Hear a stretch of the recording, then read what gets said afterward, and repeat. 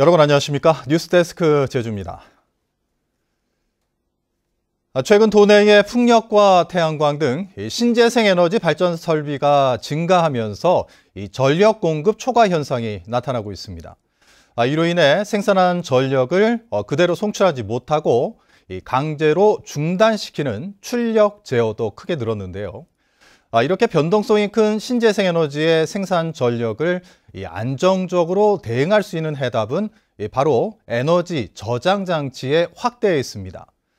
이런 불안정한 전력 시장의 개선 방안이 제주에서 시범적으로 실시된다고 합니다. 자세한 소식 권혁태 기자가 보도합니다. 제주도 곳곳에 설치된 풍력발전기, 22개 단지, 123개의 풍력발전기가 운영되고 있습니다. 하지만 지난해 풍력발전기의 전력 생산이 제한받은 날이 역대 최대인 104일에 달했습니다. 최소한 풍력발전기 한 대 이상이 사흘에 한 번꼴로 멈춰선 겁니다. 이 같은 출력 제한은 태양광 발전까지 포함하면 2015년 3회에서 지난해에는 132차례로 7년 사이에 44배나 늘어났습니다. 정부가 15년치 계획인 10차 전력 수급 기본 계획을 통해 내놓은 해답은 대용량 에너지 저장 장치를 확대하는 것, 들쭉날쭉한 신재생 에너지 생산 전력을 안정적으로 사용할 수 있게 하겠다는 겁니다. 산업자원부는 내년에 1,500억 원을 들여 65메가와트급 대용량 저장 장치를 설치하고 연차별로 확대할 계획입니다. 또 지금은 다른 지방에서 받기만 가능한 해저 연계선에 올해 말까지 양방향 전송이 가능한 연계선 하나를 추가하기로 했습니다. 대용량 에너지 저장 장치와 제3연계선을 통해서 기존에 또 정부가 또 제주도가 계획하고 있는 태양광 발전과 또 풍력 발전 단지들을 추진할 수 있을 것입니다. 2028년까지 300메가와트급 LNG 발전소도 추가로 들어섭니다. 급격하게 늘어나는 전력 수요에 대응하고 불안정한 신재생 에너지를 보완하겠다는 겁니다. 하지만 우려 섞인 시선도 나옵니다. 화석 연료를 이용하는 시설이기 때문에 온실가스 배출량 자체가 늘어날 수밖에 없습니다. 이런 부분도 탄소 중립이라는 어떤 전제에 역행한다고 밖에는 볼 수 없을 것 같습니다. 또 지난 2019년부터 전국에 설치된 대용량 저장 장치에 화재 사고가 잇따르고 있어 보다 면밀한 준비가 필요해 보입니다. MBC 뉴스 권혁태입니다. 7년째 방치되고 있는 옛 한라대학교 부지의 활용 방안을 놓고 별다른 성과를 거두지 못하던 제주도가 학교 부지에 기업을 유치하고 연구단지를 조성하겠다는 계획을 밝혔습니다. 하지만 기업 유치를 위한 구체적인 계획은 없어 현실성이 떨어진다는 지적도 나오고 있습니다. 김항섭 기자의 보도입니다. 12년 전 부실대학으로 선정돼 폐교한 탐라대학교 부지입니다. 사람들의 출입이 금지되면서 건물 앞에는 수풀이 무성하게 자라 있습니다. 건물 외벽에는 금이 가 있고 지붕 타일은 여기저기 뜯겨져 나갔습니다. 제주도가 415억 원을 들여 탐라대 부지와 건물을 매입한 것은 2016년. 이후 외국 유명 대학의 분교를 유치하려 했지만 별다른 성과를 거두지 못했습니다. 결국 제주도는 탐라대 부지를 산업용지로 활용하겠다는 계획을 발표했습니다. 현재 학교엔 도시계획시설을 변경하거나 폐지해 신산업 유망기업을 유치하고 핵심 기술 연구단지를 조성하겠다는 겁니다. 우수한 인적 자원을 끌어들이고 협력할 수 있는 다양한 공간과 기회를 제공하는 데 부지를 활용하겠습니다. 특히 국책연구기관을 비롯해 민선 8기 도정이 핵심적으로 내세운 그린 수소와 도심 항공교통 분야의 기업을 유치하겠다는 전략입니다. 하지만 넘어야 할 산은 많습니다. 국책연구기관과 기업 유치를 위한 구체적인 계획이 제시되지 않은 데다 올해부터 제2첨단과학기술단지 개발 사업이 본격적으로 추진되면 사업 내용이 중복되기 때문입니다. 이번만큼은 반드시 말만 하면서 이렇게 하지 말고 꼭 추진해서 결과를 꼭 가져왔으면 좋겠습니다 해서 그런 기대감에 우리 마을 주민들도 같이 협조하기로 했습니다.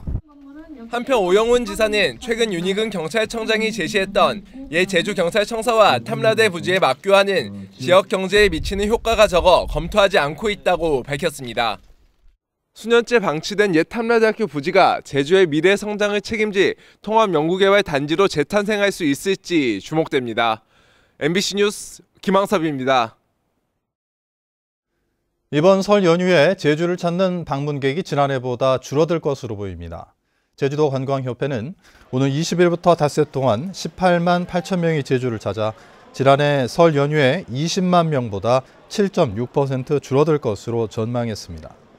이는 코로나19 방역을 위한 출입국 규제가 완화되면서 일본과 동남아 등으로 가는 해외 여행이 늘어나 제주 노선 항공편이 지난해보다 6.7% 줄었기 때문입니다. 한국전력의 협력업체 소속 배전 노동자들이 이 작업 도중 감전 사고로 안타깝게 숨지는 사고가 지난해 전국에서 잇따르면서 이 처우 개선을 위한 목소리가 커지고 있는데요.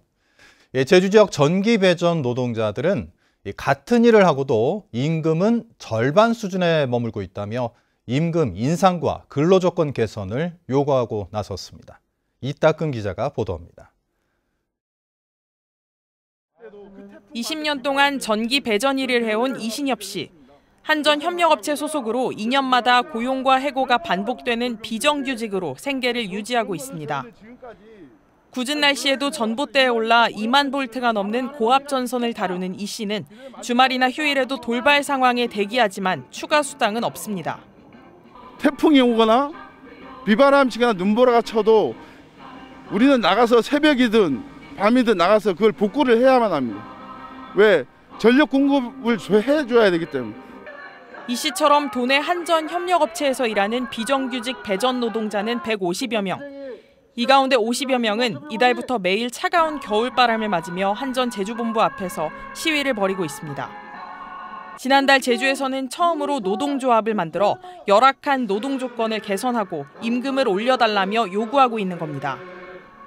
이들은 다른 지역과 비슷한 공사 금액에도 임금은 절반 수준이라며 원청인 한전이 협력업체의 저임금 구조를 방치하고 있다고 주장했습니다.